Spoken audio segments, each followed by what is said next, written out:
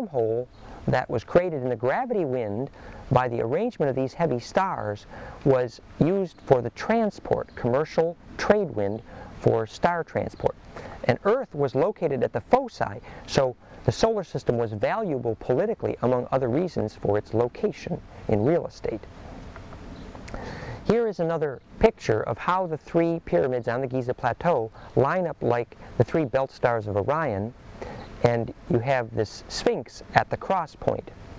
And this star map on Orion literally points to a place where, supposing you had just gone to sleep in the king's chamber of the Great Pyramid, and you were looking for a place in the stars which fit the morphic fractal resonance of where you were on the land, and you would end up wanting to zoom into the stars in a place where there was a pattern fit, where, again, by morphic resonance, you could find the place where your magnetism fit the stars from your local terrain. So the squirt gun could work. And as you could see, that where you are pointed to is literally a black hole in the center of the man of the body of Orion, which it's, whether or not it's a black hole, it's at least one of the areas that's most pregnant for starbursts. See, it goes through the three belt stars, Alnitak, Alnilam, and Mintaka, and Bellatrix. And we see that in this place, in Orion, and this is where we zoomed in that Grail Cup before, that it appears that something is creating the suction. This is starbursts happening dynamically in NASA footage. And if you asked a physicist what was sucking all the mass in toward a center point to make it look like a living cell being born, the physicist would say increasing gravity. But I'm suggesting to you that what actually creates that, what in part actually creates that suction to center, is the added recursiveness that has made the system self-organizing, which actually requires the insertion of the self-awareness, which we'll later see may be related literally to what is the birth of angels, or star bodies, solar beings. This little animated sequence is about what I call pull yourself together, Osiris. Remember, Osiris's body was missing a penis, which was the projective point of the sperm. And if we look at the picture again, we see that we've assembled the pieces of a puzzle like the body of Osiris. I'll just back up a little bit. See how there's puzzle pieces? The metaphor here is that it takes a certain wave mechanic to assemble stars into a form that allows them to have bodies. And that's what we want to talk about here. So back to our story, now that we've looked at a few visuals. The story was, here they were realizing they had lost a glandular source of bliss. And therefore, there was no centering force. And so nothing to engender charge density in their DNA, the implosion that ensouls. One of the stories that's told is many of the fallen one, including some of these Dracos, eventually would have two hearts instead of one, which resulted in a loss of centering force biologically. And this was, in fact, told from the people who met them at Dulce and elsewhere. But the other major thing that happened is they became addicted to eating a replacement for the melatonin and serotonin, which was gold powder, the manna orme spice.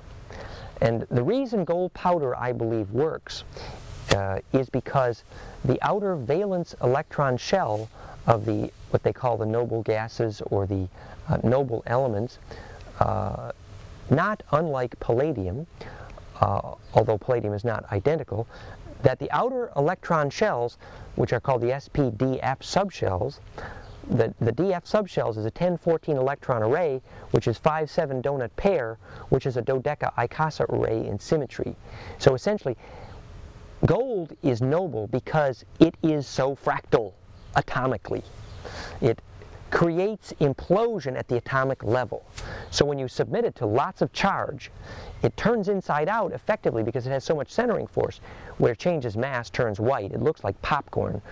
David Hudson calls it orthomolecularly rearranged. It's white powder. But the wonderful phenomena is that it becomes soluble in water and blood. And that solubility in water and blood allows it to reorient the water molecules around that implosive symmetry, creating electrical implosion at the atomic level in the blood. Now, as we saw, that when you create implosion, you create sorting. So what happens in the blood when you eat gold powder is that all of the magnetic fields which are not sustainable are sorted out.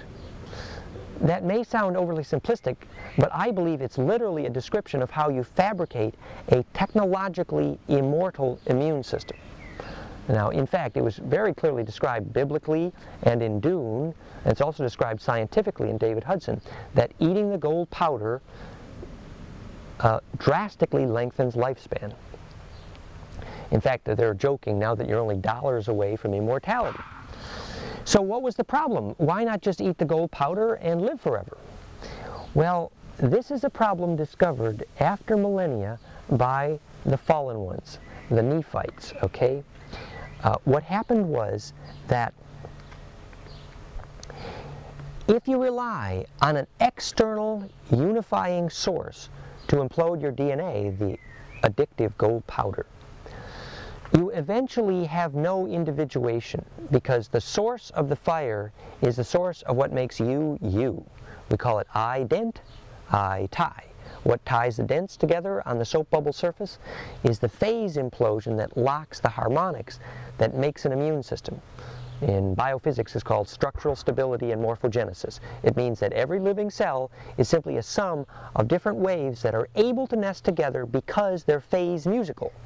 So if anything out of phase tries to get on the cell membrane, it's canceled out. That's how you get an immune system.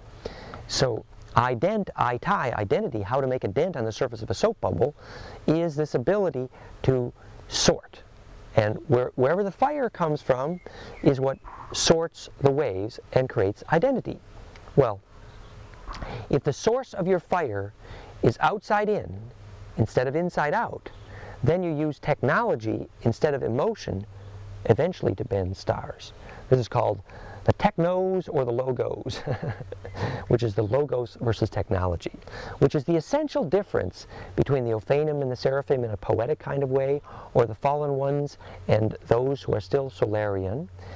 The addictive personality, which uses an outside source of fire, begins to create mucus, like those who drink alcohol and take stimulants like coffee and tobacco, because the self-not-self barrier begins to get confused, because you start to burn yourself and not know the difference between your not-self if the source of the fire was not internal instead of external. Again, this is how you can tell if a religion is self-empowering, if they say all fire, all power, all God is within you, and you don't need to pay a tax to any priest or anything outside you to access that fire, then that's self-empowerment. Well, when they became addicted to the gold powder, they lost self-empowerment because they lost the source of the fire that first decided how to turn inside out, that started the implosion, that did the sorting. Fire in the heart. Anyway, so here they came here now. Our planet was so well situated in this dodecaconic of these 12 faces of the Pent zodiac that large amounts of gold had precipitated in our grid precisely because the magnetism crossed in that dodecafractal array, because we were so well situated with respect to the faces of stars. So the arrangement of our planet so fractally with respect to stars made the capacitance of those planets, those stars, as they affect us astrologically, the proper embedding nutrient for not just gold to form in the mineral veins, but also for the growth and production of self-awareness in general. So astrologically and astronomically, gravity is charge gone fractal. When stars arrange themselves well into a fractal, you create this excellent cookbook for cooking up self-awareness in gene pools, because the embedding is so complete that the gene pools are able to grow up and inhabit the stars which are in our image and likeness. So you had a lot of gold precipitated in the vein structure of Earth. We were considered valuable for our mineral deposits alone. They didn't realize that the gene pool here was also valuable, And so the Orion Consortium, as it were, which ruled a high percentage of the inhabitable planetoids in the